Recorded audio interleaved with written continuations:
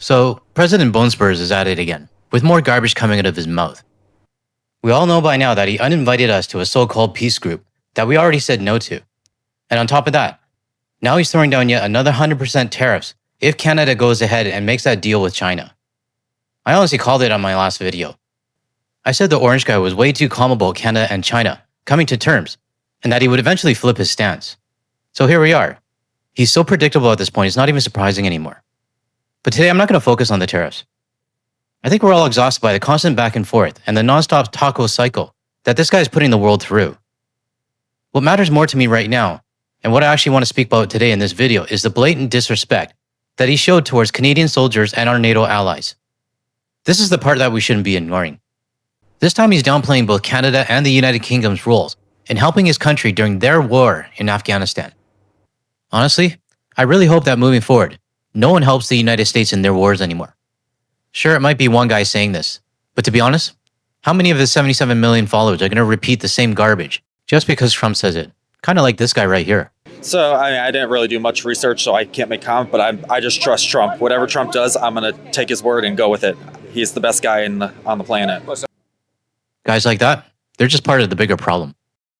I think it has to be one of the most disrespectful things he's ever said, and we hear a lot of garbage coming out of his mouth. Today I'm going to show a few reports that cover the reaction from both Canada and the United Kingdom. And I'll share a few comments from our community as well on this topic at the end of the video. Today's backdrop comes from Steph, who is one of our mods on Discord and YouTube. She took this photo of our familiar Cobra chickens at Dundurn Park in Hamilton. Thanks, Steph, for sending this over, and also for all your help and contributions to my channel. Now, before anyone gets upset, I know they're Canada geese. The term Cobra chicken is just slang for our fierce Canada goose. And I think we all know that sometimes you just simply don't mess with them. Now, one more thing. Just in case you missed my post, Josh from the Enemy From Within channel and I will be doing a live stream today at around 10 a.m. Eastern Time. So if you're watching this video right as it comes out, the live stream will be happening in just a few hours from when you're watching this. And if you're catching this video well after it's published, the live stream replay will be available on both of our channels. Okay, let's get started with President Bonespurs' latest insult towards Canada first. Canada lost 158 soldiers and 1 diplomat in Afghanistan, this country's longest war. So for many veterans, Donald Trump's false statement that supporting NATO troops avoided the front lines is a slap in the face. I had to have 2 serious brain surgeries, and I still have American A-10 uranium embedded in my brain. Bruce Moncor was injured by an American aircraft and now questions why he served at all. I wouldn't put my boots on and go and risk my life again for the United States. Now, I just want to be clear. I've never served in the military myself, and I don't pretend to have the first-hand experience. But I do have a close friend who did serve in Afghanistan, and he didn't come back the same person. From the stories that he shared with me over the years, and from the PTSD that he still lives with today, it was very clear that his time overseas took a serious toll on his emotions. It wasn't easy and it wasn't clean. I've heard some pretty gory details from him. And it's something that you just don't move on from. He was there helping the United States in a war that they started. Now, I haven't spoken to him yet about this, but I can say with absolute confidence that he's probably just as angry and probably just as frustrated as this guy. And he's probably asking himself the same question that a lot of Canadians who served alongside the US. Why the hell did we help him? We've never needed them. We have never really asked anything of them. On Tuesday, Donald Trump claimed NATO allies hid from danger in Afghanistan, allied nations that collectively lost well over 1,000 troops during the war. And they did. They stayed a little back, a little off the front lines. I consider President Trump's remarks to be insulting and frankly appalling. Prince Harry served 2 tours in Afghanistan and joined British politicians in condemning the remarks, saying that soldiers' sacrifices deserve to be spoken about truthfully and with respect. Andrew Brennan, Mike Segui. Canadian Matt Luloff remembers his comrades who never returned. His platoon mostly operated out of small forward bases in Kandahar's Arghandab Valley, the very heart of Taliban country. It really felt like an international community of like-minded soldiers and people that were there for a reason, and that was to defend our alliance. An alliance we once had. I'm sure there are Canadian and US soldiers who still talk to each other. We're currently talking about this amongst themselves right now. And I'm sure there are also many US soldiers who are apologizing because they don't agree with what was said. There's another YouTuber named Large Man Abroad. I actually did a video on him earlier in my channel when I corrected him on his views on the Canadian boycott. Regardless of that, he recently published a new video where he apologized for his president's words. I know not all US veterans agree with the president, and I do commend Large Man Abroad and others for speaking out. But regardless of that, President Bonespur's comments will not be forgotten. Nicholas Burns was the American ambassador to NATO on 9/11. The first person who called me after the attacks, 3,000 people dead in New York and Washington, David Wright, the Canadian ambassador. He calls Trump's comments shameful.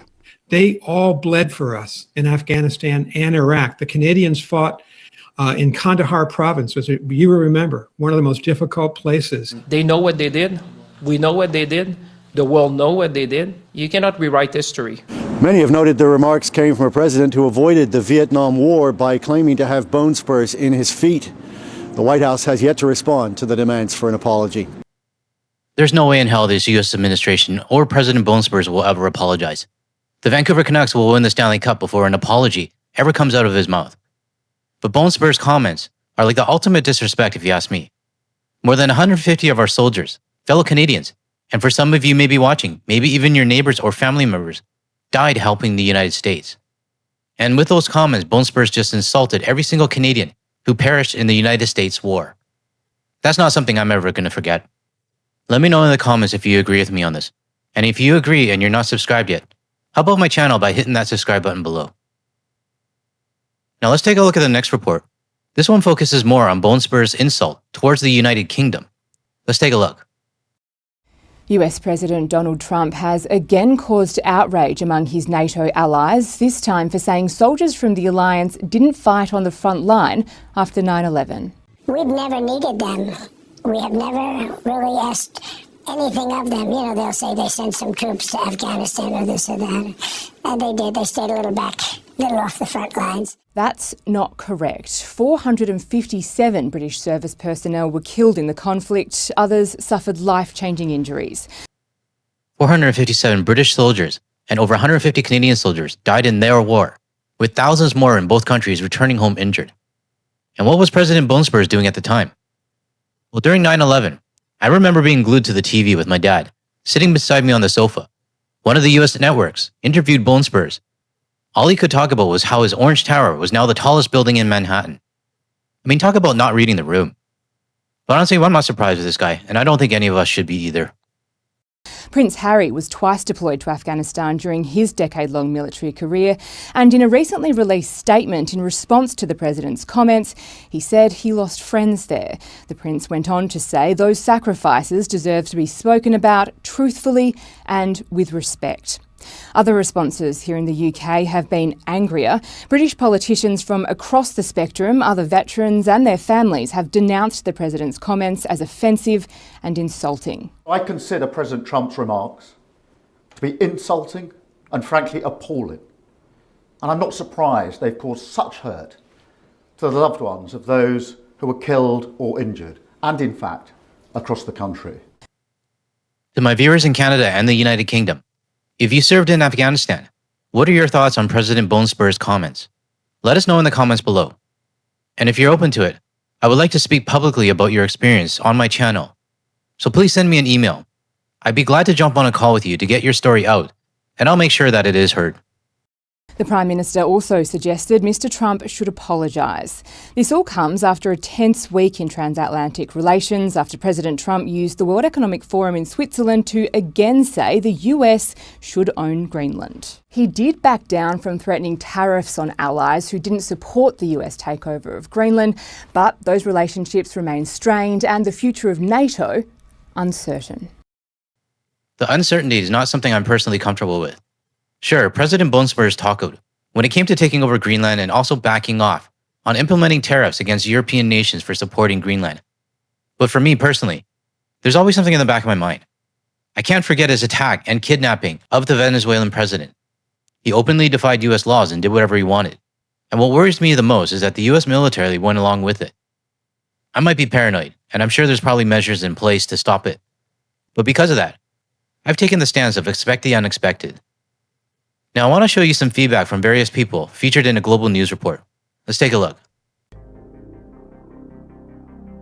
he is completely wrong to criticise a contribution that Britain and some of the other NATO allies made in Afghanistan. And we need to also remember it's not just those killed in action and the massive impact on the families they left behind, but the thousands of NATO troops who were injured. This country alone, 3,000 plus serious combat injuries as a result of being wounded on the battlefield. So tracking some comments made that NATO troops stayed a little off the front lines in Afghanistan and that the US has never necessarily needed us. Well, it's a real shame to hear that. The only time NATO has ever enacted Article 5 was after the 9/11 terrorist attacks. You know what really pisses me off? President Bonespurs actually questioned whether NATO would support the US when they're the only nation to ever invoke Article 5. Does he seriously not remember that? I do sometimes wonder what a different timeline would look like if Canada and other NATO allies hadn't stepped up. What if we refused their planes landing in Gander, in Vancouver, and other airports around Canada? What if we had said no to helping them in Afghanistan? I know we can't change the past, but it still stings. And I wasn't even on the battlefield.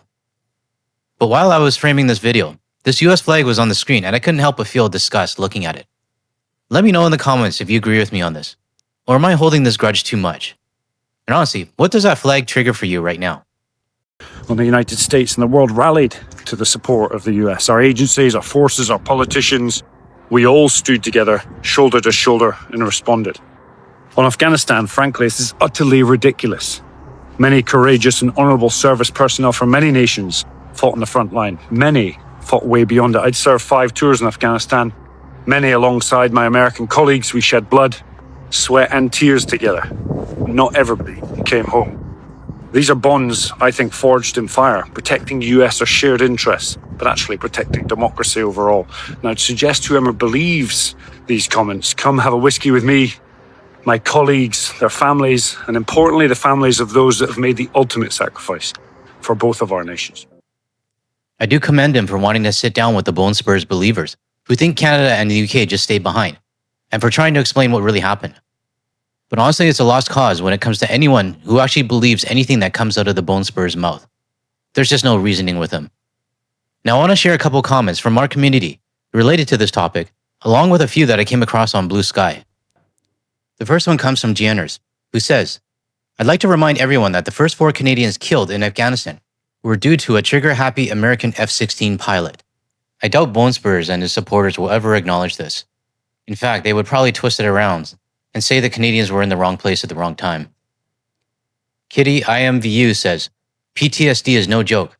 My ex who had been in Iraq literally jumped under a table twice, at a New Year's Eve party once when a drink fell off the bar, and again at a buffet table was being taken down and landed a bit sudden.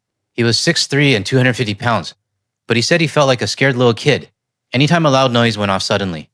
Now, I think Kitty's ex must have been a US soldier, because Canada didn't join the Iraq War in 2003. But I wanted to show this because it doesn't matter what war it is, there's going to be PTSD.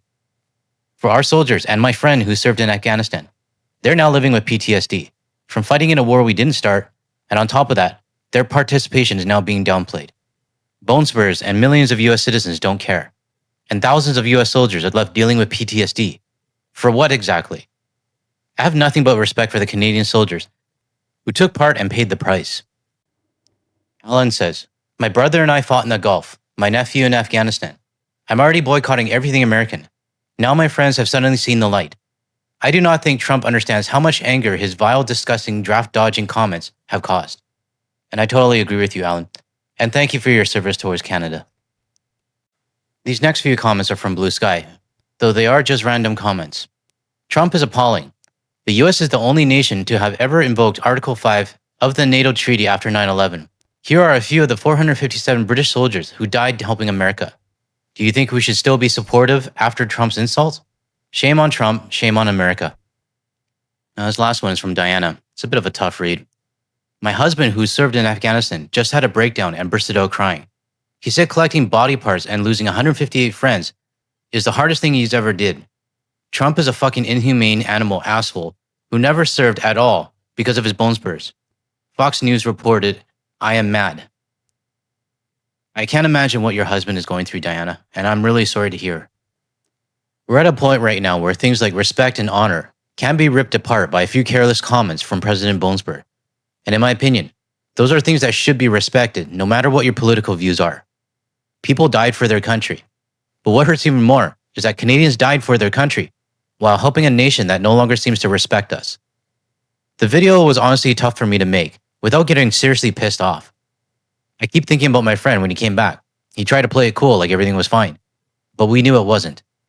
So my message to all Canadian Armed Forces members who served in Afghanistan and to our NATO allies who are also there on the front lines, this random Canadian YouTuber respects you and what you did for your countries, even when the President of the United States of Embarrassment and his followers don't. I don't know how many people are still watching at this point. I'm pretty sure a lot of you have already clicked away.